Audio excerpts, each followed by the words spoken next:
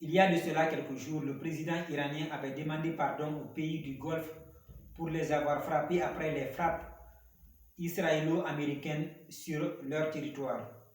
Il disait dans sa déclaration que si l'Iran a frappé les pays du Moyen-Orient, c'est parce que les États-Unis ont utilisé les bases aériennes se trouvant dans ces pays pour frapper l'Iran. Et à partir d'aujourd'hui, l'Iran n'allait plus frapper les pays du Golfe.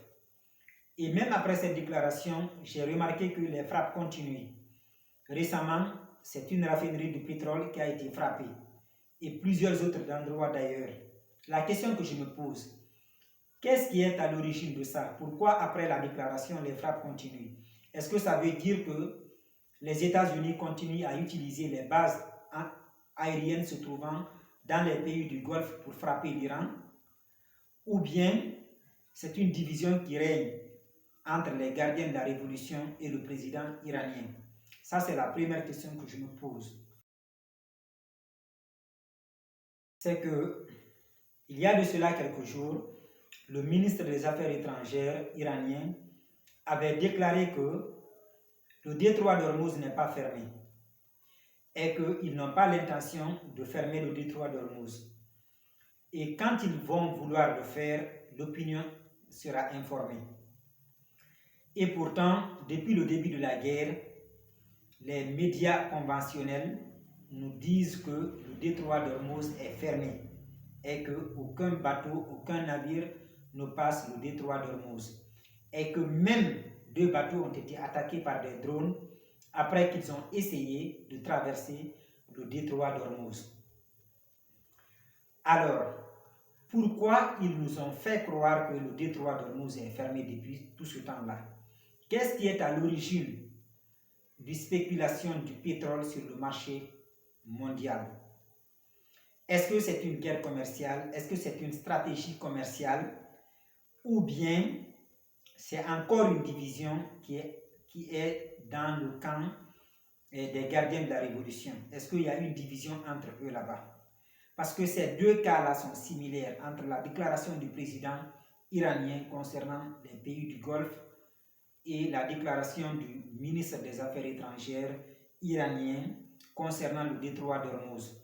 Mais de tous ces 2-là, après les déclarations, ça continue toujours. Le détroit d'Ormuz reste fermé selon les informations que nous recevons. La guerre continue, les frappes continuent sur les pays du Golfe.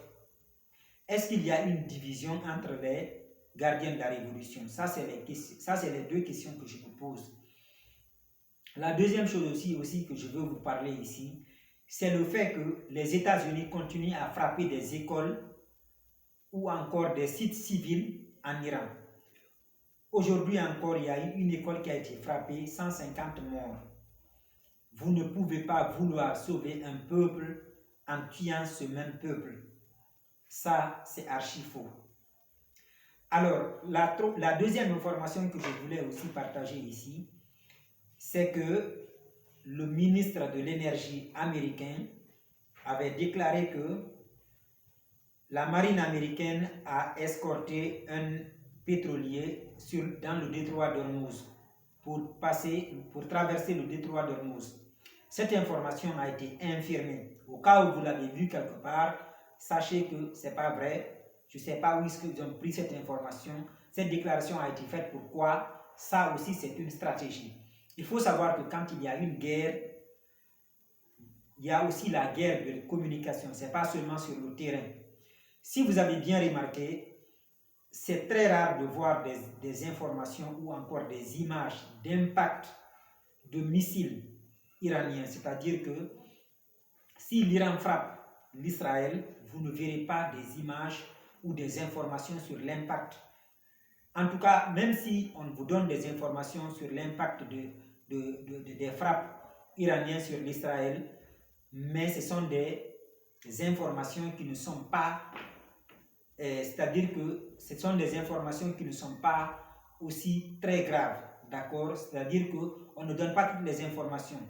Récemment même, c'est hier ou bien c'est aujourd'hui, je ne sais pas, je n'ai pas eu le temps de vérifier cela, mais en tout cas, l'Iran a piraté les caméras de surveillance de l'Iran pour vérifier l'impact de leur frappe en Israël. D'accord? Et tout ça, ça fait partie de la guerre. Raison pour laquelle quand vous entendez, même si c'est les médias conventionnels, vérifiez les informations. La plupart des fois, ce n'est pas vrai.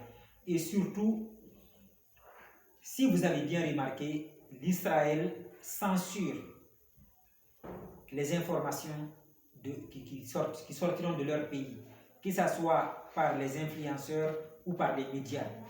Ça, c'est un. Deuxièmement, vous vous rappelez la guerre des 12 jours. Il y a, je pense, 3 mois de cela, ou bien 4 mois, c'est que il n'y a pas eu beaucoup d'informations. Pourtant, il y a eu d'impact des frappes iraniennes sur l'Israël. À très bientôt pour une prochaine vidéo. Allez.